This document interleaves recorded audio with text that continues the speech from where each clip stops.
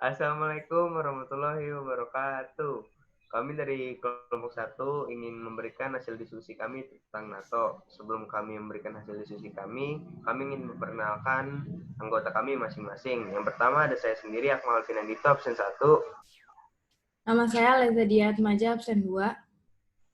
Saya Vita Claudia, absen 3. Nama saya Baron Visea, absen 4. Saya Brafidi Rizky Fitran, absen 5. Saya Kalisa Rahmadila, absen 6. Oke, langsung saja. Tujuan dan latar belakang.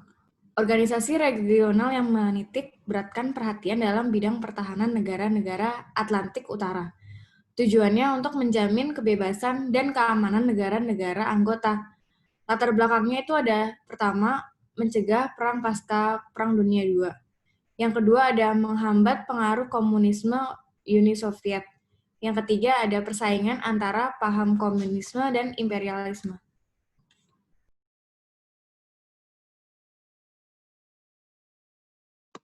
Berikutnya ada sejarah terbentuknya NATO.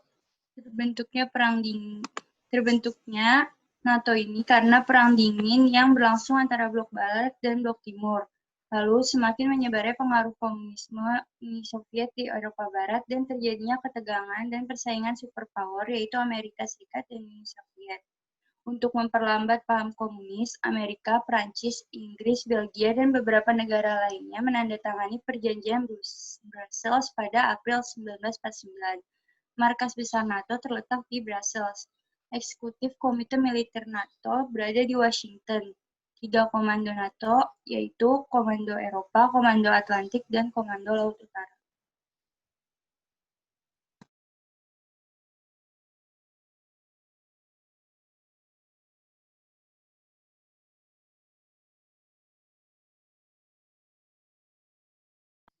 Nah, ini ada negara-negara pendiri NATO, yaitu ada Amerika, Belanda, Belgia, Inggris, Denmark, Islandia, Italia, Kanada, dan Luxembourg.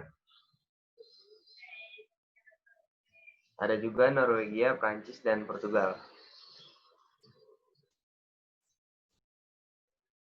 Peran NATO selama Perang Dingin. Lord Ismay, Sekretaris Jenderal pertama NATO, mengungkapkan pendirian NATO merupakan upaya to keep the Soviet Union out, the Americans in, and the Germans down.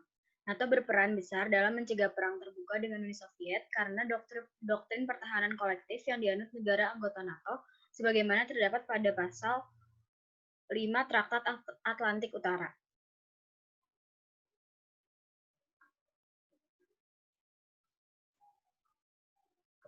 Bunyi pasal 5 Traktat Atlantik Utaranya sendiri itu bunyinya adalah seluruh anggota menyetujui bahwa serangan bersenjata terhadap salah satu anggota atau lebih di Eropa maupun Amerika Utara akan dianggap sebagai serangan terhadap semua anggota dan menyetujui jika serangan bersenjata seperti itu terjadi.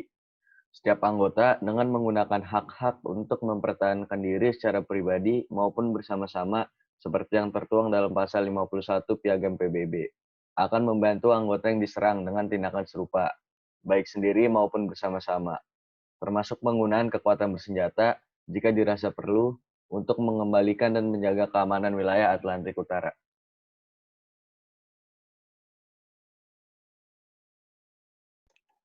Lalu di sini saya akan menjelaskan tentang konflik yang melibatkan NATO. Yang pertama ada invasi dari Afghanistan oleh Uni Soviet. Upaya yang dilakukan oleh anggota NATO yaitu dari Presiden AS atau Amerika Serikat Jimmy Carter, yaitu segera memulai pembangunan militer. Lalu yang kedua ada ketika Uni Soviet memasang rudal balistik yang mengarah ke Eropa Barat. NATO memutuskan untuk memasang rudal jelajah di Eropa. Lalu yang ketiga ada pembantaian massal etnis Albania oleh tentara Serbia, mendorong NATO untuk melancarkan pengoboman terhadap militer Serbia.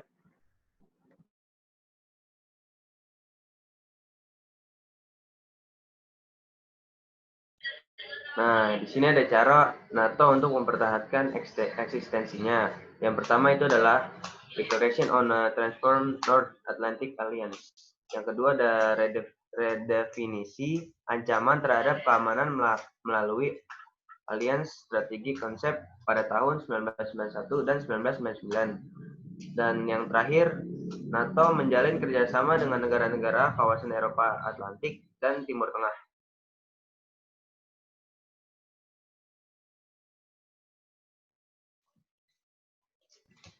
Sekian dari kami, kurang lebihnya mohon maaf. Wassalamualaikum warahmatullahi wabarakatuh.